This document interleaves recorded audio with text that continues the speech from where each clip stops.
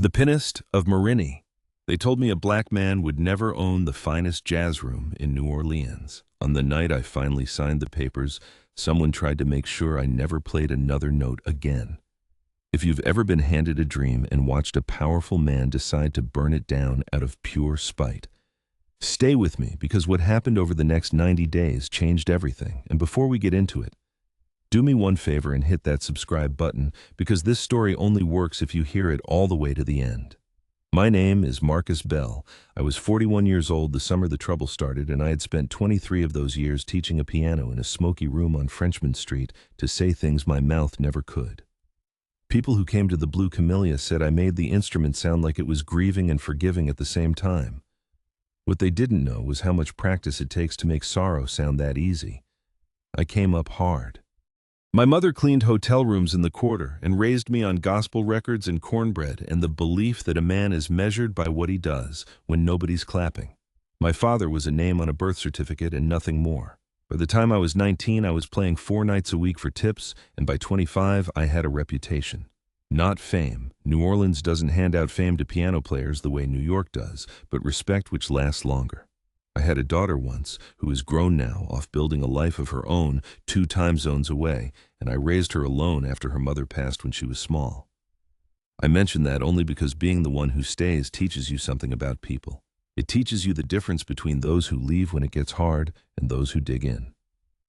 I had spent my whole life digging in. The Blue Camellia was a 100-year-old room with a pressed tin ceiling and a Steinway that had survived 2 hurricanes and 1 small fire. For most of my career, I only worked there. Then the old owner, a wiry man named Sal Dufresne, who had given me my first steady gig, got sick.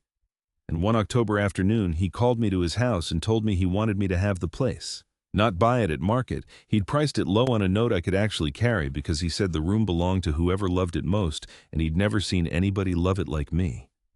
I want you to understand what that meant. A man like me does not get handed the keys to the room that made him. We get to play in it. We get to bleed in it. We do not get to own it. And the moment word got around that Sal was selling the Camellia to his piano player, a lot of people who had smiled at me for years suddenly found their smiles harder to hold. The hardest smile of all belonged to a man named Vincent Roche. Roche owned half of Frenchman Street 3 clubs, 2 restaurants, and a parking garage he'd bought just so he could charge tourists $18 to leave their cars near his places. He was the kind of rich that photographs well and does its worst in the dark. Silver hair linen suits a laugh he could turn on like a faucet. He'd been trying to buy the Blue Camellia from Sal for 6 years, because owning the block wasn't enough for a man like Vincent. He needed to own the crown jewel of it, the one room everybody actually loved. And Sal had turned him down every single time. So when Sal sold it to me instead, to the Pianist, to a man Roche had once tipped $40 and told to play something with more energy sport. It wasn't just a bad business day for Vincent Roche, it was an insult he intended to answer. The night I signed the papers, we threw a small party at the Camellia. Nothing fancy. My longtime bass player, Theo, an enormous gentleman who'd stood beside me on that bandstand for 15 years, brought a case of champagne he could not afford. Miss Odette, who'd run the bar since Reagan was president, made her famous shrimp remoulade. Sal came in a wheelchair his nephew pushed, and when I sat down and played the first song as the actual owner of the place, I looked over and saw the old man crying, and I nearly couldn't finish. I locked up at 2 in the morning. Theo offered to wait while I set the alarm, but I told him to go home to his wife. I stood alone in the dark room for a minute, just breathing it in, the smell of old wood and spilled bourbon and 100 years of music, and then I stepped out onto Frenchman Street to walk home like I'd done 10,000 times before. I never saw the second man. The first one came out of the alley beside the tattoo shop, and I clocked him as trouble a half-second too late. I was young wired, holding a short piece of pipe. He said, "You, Bell." And I remember thinking that a mugger doesn't ask your name. A mugger wants your wallet. This man wanted me. That's when the second one hit me from behind across the shoulders, and I went down onto the wet brick. I'd like to tell you I fought them off. The truth is, they were fast and organized, and they knew exactly what they were doing. They didn't take my wallet.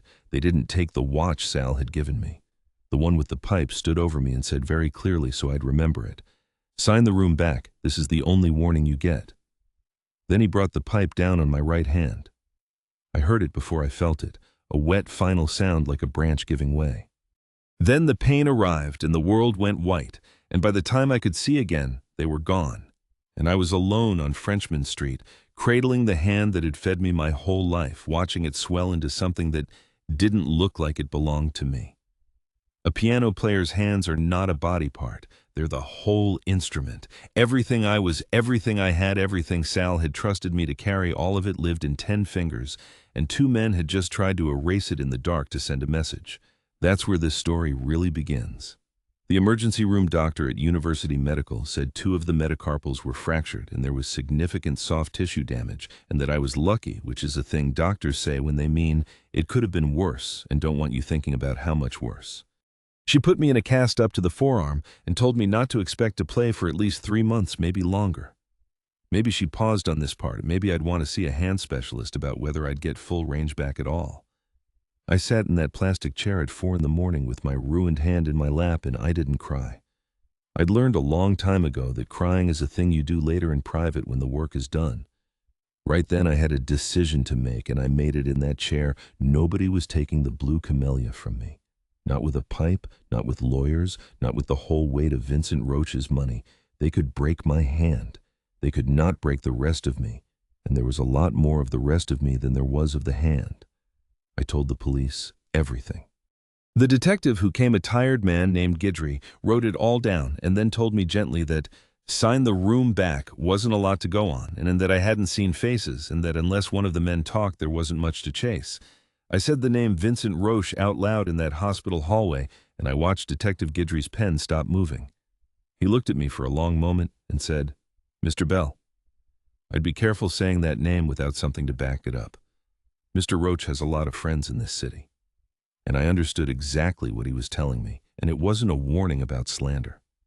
I want you to sit with that for a second, because it's the part people who've never been on the wrong end of power don't understand. It's not that the law refuses to help you. It's that the law shrugs. It looks at your broken hand, and it looks at the man's linen suit, and it decides before you've even finished your sentence whose story is going to be too much trouble to believe. Detective Guidry wasn't a bad man. I actually think deep down he believed me. But believing me and doing something about it were 2 different countries, and there was an ocean between them, made entirely of Vincent Roche's friends. So I went home that morning and I sat on my porch as the sun came up over the river, and I made a second decision to go with the first one. The first decision was that nobody was taking the camellia. The second was that I was going to stop waiting for anyone with a badge or a title to save me.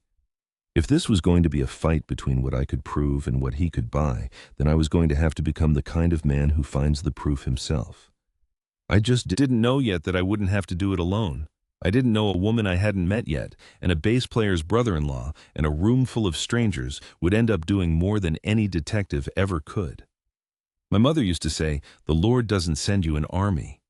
He sends you one right person at a time, and it's your job to recognize each one when they walk through the door. 3 days later, the first of them did. Here is the part I couldn't have planned. The woman who reset my life walked into it 3 days later, and I almost sent her away. Her name was Emily Hartwell. She came to the Blue Camellia on a Tuesday afternoon while I was sitting at the bar with my arm in a sling, trying to figure out how to run a music club when I couldn't make the music. She was maybe 32, with the kind of quiet, unhurried beauty that doesn't announce itself, pale with dark hair pulled back and gray eyes that took in the whole room before they got to me. She was from Connecticut, she said, classically trained. She'd studied piano at a conservatory up north, played Rachmaninoff for judges in competitions. She mostly lost and then walked away from all of it 2 years ago and come south looking for something she couldn't name. She'd read online that the Blue Camellia was looking for a house pianist. I hadn't posted any such thing. But Miss Odette, standing behind the bar, gave me a look, and I understood that Miss Odette had posted it because Miss Odette had watched me sit at that bar for 3 days like a man at his own funeral, and she'd decided a broken owner still needed music in his room, even if he couldn't make it himself. I'll be honest with you, my first instinct was no. Not because she was a woman, and not, I'm ashamed I even have to say it, because she was white, though I could already hear what certain people on Frenchman Street would say about a conservatory girl from Connecticut playing jazz in a black room. My first instinct was no, because I did not want a stranger's hands on my piano while mine were in a cast. That Steinway was the last thing in the world that was still mine, and I wasn't ready to share it. Then she asked if she could play something, and I couldn't think of a polite way to refuse, so I said fine. She sat down at the Steinway, and she was nervous. I could see it in her shoulders, and she started playing a Chopin nocturne, technically perfect and completely dead, the way conservatory kids play when they're auditioning for their own fear. And I almost got up and told her thank you and goodbye. But then something happened. She stopped in the middle of the nocturne, put her hands in her lap, and laughed at herself, a small, real laugh, and she said, "That's not what this room wants, is it?" And she started over, and this time she didn't play what she'd been taught. She played something loose and searching, feeling her way. Listening to the room the way you'd listen to a person, and it was full of mistakes, and it was completely, achingly alive. She had no idea what she was doing, and she was doing it honestly, and in 23 years of listening to piano players. I have learned that you can teach a person the notes, but you cannot teach them that. I hired her before she finished. I told myself it was practical. The room needed music, and I couldn't provide it. That was true. It was also not the whole truth, and I think Miss Odette knew the whole truth before I did. The next weeks were their own kind of education. Emily played the Camellia 5 nights a week, and I sat at the bar every one of those nights, and between sets I taught her. Not with my hands, I couldn't, but with my voice, with the awful, wonderful frustration of trying to explain music in words. You're rushing the turnaround because you're scared of the silence. Let the silence sit. The silence is where the audience does the work. She'd try it and get it wrong and try again and get it a little less wrong, and every night the room got a little fuller because people can feel a musician learning to be brave, and it's one of the most beautiful things there is to watch. And slowly, I want to be honest about how slowly, because the slowness was the whole point. I stopped watching her hands and started watching her. The way she bit her lip on a hard passage, the way she stayed late to stack chairs even though I told her Theo would do it, the way she never once mentioned my broken hand as pity, only ever as a problem we were solving together. She'd bring me coffee the way I liked it before I asked. I found myself telling her things I hadn't told anyone in years about my mother, about Sal, about the daughter I'd raised alone, and the particular loneliness of the man who stays. She told me things, too. About the man she'd left up north, a music professor named Gerald, who had spent 6 years telling her she wasn't quite good enough and would never be, and how she'd finally understood that a man who needs you small is not a man who loves you, about coming to New Orleans with 2 suitcases and no plan, about being terrified every single night that someone in the crowd would stand up and shout that she didn't belong on that bandstand. Some of them think it, I told her once. You know that. I know, she said. I hear it. I decided a while ago I'd rather be somewhere real and unwelcome than somewhere fake and comfortable. I understood that better than she knew. There was a night in December cold for New Orleans, which means the tourists complain and the locals finally feel alive when the last set ended and neither of us wanted to go home. So we walked. No plan, just down toward the river, the 2 of us and the empty streetcar tracks and the fog coming up off the water. She had her hands jammed in her coat pockets, and she was talking about her grandmother who'd taught her the first song she ever played on an out-of-tune upright in a farmhouse in Connecticut, and how her grandmother used to say that music was just a way of telling the truth to people who couldn't hear it any other way. And I stopped walking because that was the truest thing anyone had said to me about my whole life's work, and it had come from a woman who'd only been playing my kind of music for 6 months. She turned around when she realized I'd stopped. The fog was in her hair. And I remember thinking, standing on that empty street with my hand in a cast and my whole life on fire, that I had not felt this particular thing, this quiet, terrifying, hopeful thing in more years than I wanted to count. I didn't do anything about it. It wasn't the time. Her wounds were too fresh and mine were too new. But I knew it then, standing in the fog by the river. I knew that if I somehow made it through all of this, I was not going to be able to go back to being a man who didn't know her. We walked the rest of the way in a silence that said more than either of us was ready to. Now, Vincent Roche was not finished with me. A pipe to the hand had been his opening move, not his last. When it became clear I wasn't going to scare, he changed tactics, and this is where you learn how a rich man really fights. He doesn't come at you in an alley. He comes at you in daylight with paperwork, wearing a smile, and he makes it all look like the law. First, the city health inspector showed up, a man I'd never seen in 23 years, and wrote up the Camellia for a list of violations, so petty they were almost funny, except that each one carried a fine, and the fines added up to money I did not have, not with the medical bills stacking up on my kitchen table. Then my liquor license came up for a routine review that had never been routine before, and the review board, which met in a building I later learned Vincent Roach's cousin managed, sat on it for weeks, which meant I couldn't legally sell a drink, which for a music club is the same as being told to stop breathing.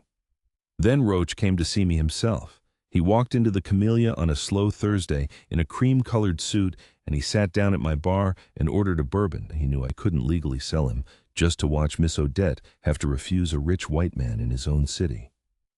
Then he looked at my cast and he made a small sympathetic sound and he said, "Marcus, I heard about your hand. Terrible thing. This neighborhood isn't as safe as it used to be." And he let that hang there so I'd know he knew, and that I could never prove it. "Say what you came to say, Vincent," I told him. He smiled. He named a number, a buyout for the Camellia, and it was more than the room was worth, which told me exactly how badly he wanted it, and how much the insult still stung. He said I could take the money, heal my hand somewhere quiet, and forget all about the trouble that seemed to follow me lately. Health inspectors, license boards, dark streets. He said it like weather, like something that just happened to a man and had nothing to do with him at all. And I looked at Vincent Roche and I thought about Sal crying in his wheelchair the night I first played his owner, and I thought about Emily learning to be brave on that bandstand, and I thought about my mother cleaning hotel rooms and telling me a man is measured by what he does when nobody's clapping. I told him no. I told him the Camellia was not for sale, not for his number, not for 10 times his number, and that he could send every inspector in Louisiana and it would still not be for sale. His smile didn't move, but something behind his eyes did something cold and patient, and he stood up, buttoned his cream jacket, and said, "You're going to regret being a stubborn man, Marcus." And he left. That was the night I found out what Emily was really made of, because she'd been standing in the doorway to the back, and she'd heard all of it, and when he was gone she came and stood in front of me, and she was shaking, but not with fear. "That's the man," she said. "Isn't it? That's the man who did this to your hand." I didn't answer, which was an answer, and Emily Hartwell, conservatory girl from Connecticut, set her jaw and said, "Then we're going to bury him." There was more, though. A man like Roach doesn't just choke your money and break your body. He goes after the one thing that took you a lifetime to build and can't be replaced: your name. It started with the reviews. Overnight, the Blue Camellia, a 100-year-old room with a spotless reputation, began collecting one-star write-ups online from accounts that had never set foot in the place. Rude staff, watered drinks, a washed-up owner who couldn't play anymore and had hired some tourist to fake it. They were written to wound, and they were written by someone who knew exactly where the soft spots were, which is how I knew they weren't really from customers. Then, a culture blogger nobody had heard of ran a long piece questioning whether it was authentic for a classically trained white woman from Connecticut to be playing jazz in one of the last real black rooms on Frenchman Street. And the ugly genius of it was that the question wasn't entirely stupid, which is what made it such a good weapon. It took a real and complicated thing that people in the neighborhood actually did talk about, and it sharpened that thing into a knife and handed it to a man who didn't care about the neighborhood at all. Only about emptying my room. For a week it worked. The crowd thinned. I watched Emily read that blog post at the bar, her face going pale, and I watched her decide she was the problem, that she was the thing hurting me. And one night after close, she told me in a voice that was barely holding that maybe she should go. That maybe the kindest thing she could do for me and for the Camellia was to disappear back up north and take the controversy with her. And that was the night I understood exactly what Vincent Roche was really trying to do, and it wasn't just to take my club. It was to take everything the club had started to give back to me, including her. So I told Emily the truth, which was this: the man who wrote that post has never once cared whether this room is authentic. He'd have replaced every player in here with a jukebox if it made him $1. He's not defending Black New Orleans from you. He's using it to hurt me, and he's counting on you being decent enough to fall for it. Don't hand him the win, Emily. Stay and let's make this room so alive that the lie can't survive in it. And then Miss Odette, who had heard the whole thing from behind the bar, as she heard everything, set down the glass she was drying and said the thing that ended the conversation. She looked at Emily and she said, "Child, I've stood behind this bar for 38 years, and I have run off more than one player who didn't respect this room.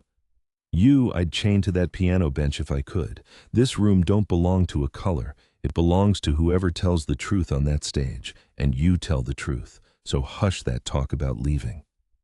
Emily stayed. Then Roach tried the thing that nearly ended it. He opened a competing jazz room, 2 doors down, gutted. One of his own restaurants in a matter of weeks poured money into it and named it with a cruelty so pointed. It was almost funny, the Camellia Room banking on tourists not knowing the difference. He hired away musicians up and down the street with money. None of us could match dangling salaries at players who'd worked for tips their whole lives. He even came for Theo. Offered my bass player 3 times what I could pay. Steady with health insurance, the kind of security a working musician almost never gets. And I told Theo to take it. I did.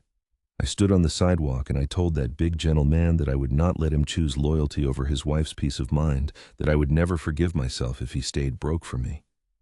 And Theo looked at me and he said, "Marcus, I've been standing next to you for 15 years. A man who'd hire me to spite you ain't gonna keep me the day he stops needing to spite you. I know exactly what I'm worth to him, and it's nothing. I know what I'm worth to you, and it's everything. I'm staying." And he did. I want to tell you it got easier from there. It got harder. Roach had money and time in a city full of favors. And I had a broken hand, a frozen liquor license, a mountain of bills, a smear on my name, a knockoff club stealing my tourists, and a piano player who'd been in town 6 months. On paper, it wasn't a fight. It was a formality. But paper doesn't count everything.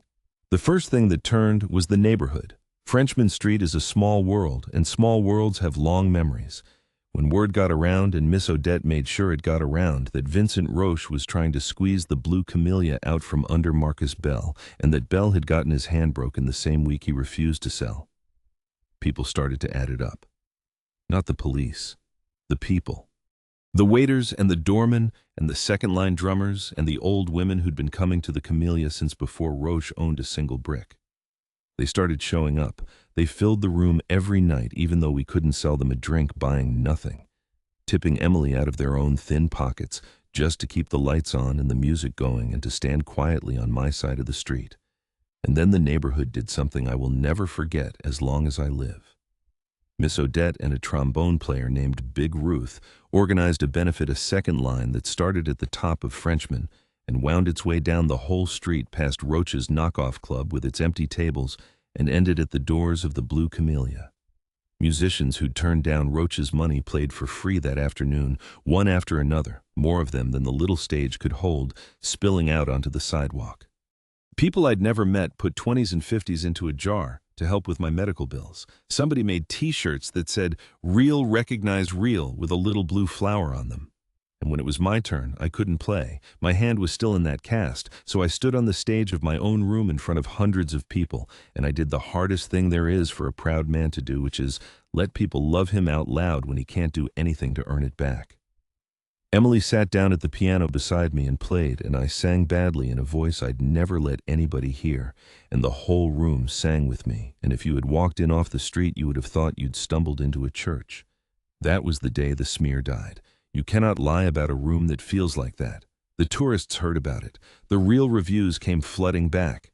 And Roach's fake camellia sat 2 doors down, gleaming and empty, a monument to a man who had money for everything except the one thing you can't buy. The second thing that turned was Theo. My bass player had a brother-in-law named Cornell who worked nights at Roach's parking garage, and Cornell, it turned out, had seen 2 men he recognized get out of a car, registered to one of Roach's LLCs the night my hand got broken. Young men who did collections for Roach's operation men, everyone on the street knew about, and nobody said out loud. Cornell was scared. Cornell had a family. But Cornell had also loved the Blue Camellia his whole life, and after weeks of the room staying full of ordinary people, refusing to be moved. Cornell came to me one night and said he'd talk to the right people if the right people would protect him. The right people, it turned out, were not the New Orleans police, at least not the ones Roach had friends among. They were a young assistant district attorney named Renata Vaughn, a woman who had been trying to build a case against Vincent Roach's collections operation for 2 years and had never been able to get a single witness to come forward because everyone who knew anything about Roach was either paid by him or afraid of him. When Emily, who spent her days making calls, I was too broken and too tired to make, finally got Renata Vaughn on the phone and told her there was a man named Cornell who'd seen something, and a club owner whose hand had been broken the same night he refused a buyout? Vaughn's voice changed. She'd been waiting years for a thread like this. Here's the thing about a wall of silence: it only holds until the first brick moves. Cornell talked. And once Cornell talked and nothing bad happened to him because Renata Vaughn moved fast and moved smart and got him and his family somewhere safe, other bricks started to move. A bartender at one of Roach's clubs who'd been stiffed on wages, a woman who kept the books at the parking garage and had watched cash move in ways that made no sense. And eventually, one of the two young men who'd broken my hand, a kid named Deshawn, who was 23 years old and in over his head and terrified, and who, when Renata Vaughn's investigators found him and laid out how much time he was looking at, decided that Vincent Roach's promises weren't worth going to prison for a rich man he'd met exactly twice. Deshawn gave them Roach. Not directly, Roach was too careful for a direct order, but the man who'd handed Deshawn the address and the instruction was Roach's own operations manager, a cousin, and once the DA had the cousin did what cousins do in the choices between loyalty and the rest of their life. He gave them Vincent. It took months. I won't pretend it happened in a night. The liquor license stayed frozen. The bills kept coming. There was a stretch in February where I sat at my kitchen table at 3 a.m. and did the math and understood that I was maybe 6 weeks from losing the camellia not to Roche but to simple arithmetic. And I put my head down on that table and I finally did the crying I'd put off since the hospital. Emily found me there. She'd stopped by to drop off the night's tips and she saw my kitchen light on and she let herself in and she saw me at that table, 41 years old and out of moves, and she didn't say anything smart or hopeful. She just pulled out the chair next to me and sat. And she put her hand over my broken one gently, the cast long gone by then, but the hand still stiff and weak, and not yet mine again, and she stayed. She stayed until the sun came up, and somewhere in that long silence, without either of us saying a word about it, the thing that had been growing between us for months stopped being a thing we were pretending not to notice. I didn't kiss her that night.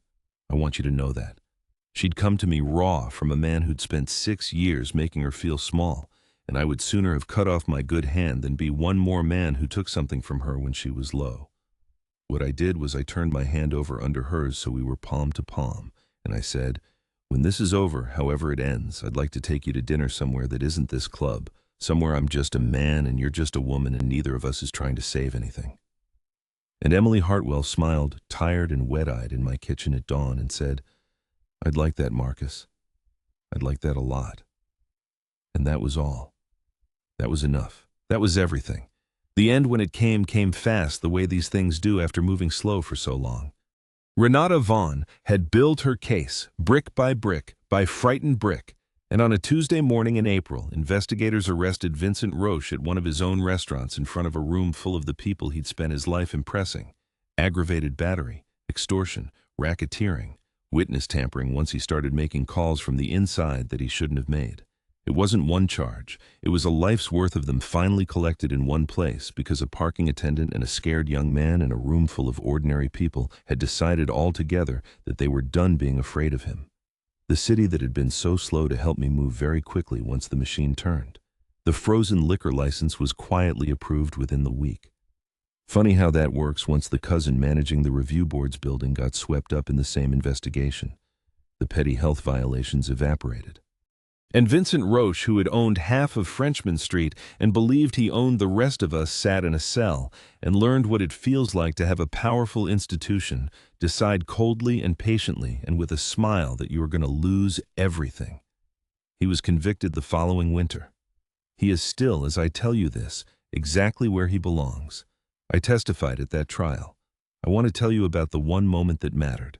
Roach's lawyer, a slick man in a suit that cost more than my monthly note, tried to make me look like a bitter musician chasing a payday, a man who'd invented a conspiracy because he couldn't accept that his little club was failing on its own. And he asked me with a smirk whether it wasn't true that I couldn't even play anymore. He meant it to shame me in front of the jury. Instead, I looked past him at Vincent Roche sitting there in his good suit gone slightly wrinkled, and I said, "Sir, you're right that my hand isn't what it was. Your client saw to that, but I noticed something in the months I couldn't play.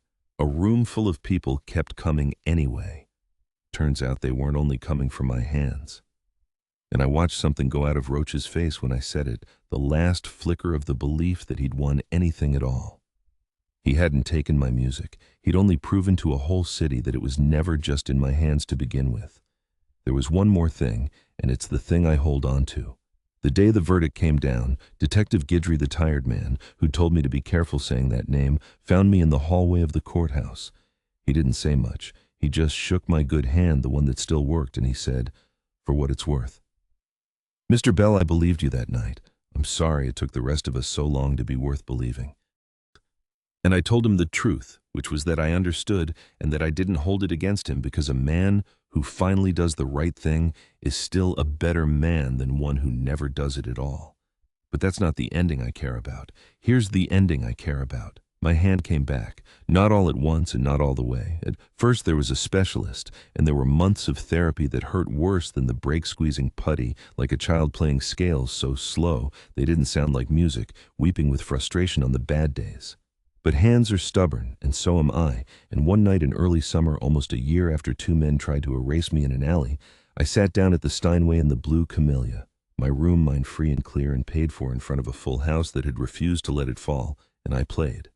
I played badly by my old standard. My right hand was maybe 80% of what it had been, and might never be more than that.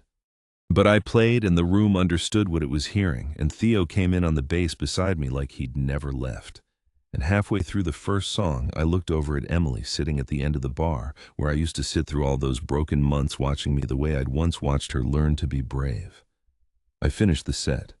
I stood up, and in front of the whole room, I walked over and I asked Emily Hartwell if she'd play the second set with me, 2 pianos, the old one, and a spinet we'd wheeled in side by side. She said yes, and we played the rest of that night together, my recovering hand and her fearless one conservatory. Connecticut and Frenchman Street, and it was the best music either of us had ever made, because it was made by 2 people who'd walked through fire and chosen not to leave. We had that dinner, and 100 dinners after it. She moved into the little shotgun house near the river, and she plays the camellia beside me most nights now, and on the nights my hand aches too bad, she plays for both of us. And I sit at the bar and listen and think that a man is measured by what he does when nobody's clapping, and by who's sitting next to him when they finally do. Sal lived to see it. He came to the camellia one last time in his wheelchair, and he watched us play together, and he laughed that dry old laugh and told me he'd been right about who loved the room most. He'd just had the number wrong. It wasn't 1 person, it was 2. And Roach's empty knockoff 2 doors down, I bought it. I bought the camellia room out of the receivership. His conviction dropped it into for pennies on the dollar, and I turned it into a free music school for kids from the neighborhood who could never afford lessons, the kind of kids I used to be, with more talent than money and nobody to hand them a key. Emily runs the theory classes. Big Ruth teaches horns. Theo teaches bass to a dozen students who all want to be as big and as loyal as he is. On the wall by the door where Roach's gold sign used to hang, there's a little blue flower and 3 words: real, recognize, real. I think about that every time I walk in. The man tried to build a monument to himself, 2 doors down from everything I loved, and now it's a monument to everything he could never understand. They told me a black man would never own the finest jazz room in New Orleans. They broke my hand to prove it. They were wrong about the hand, and they were wrong about the room, and they were wrong about me, and the man who thought he could buy or break or frighten his way to whatever he wanted is going to spend a long, long time learning exactly how wrong. If this story meant something to you, if you believe that the ones who stay and dig in and refuse to be moved deserve their happy ending, then do me that one favor I asked for at the start. Subscribe and leave a comment telling me, have you ever had someone try to take the one thing you loved most? I read every one of them. And stay close, because I've got more stories like this one, and the next room I walk you into has secrets of its own.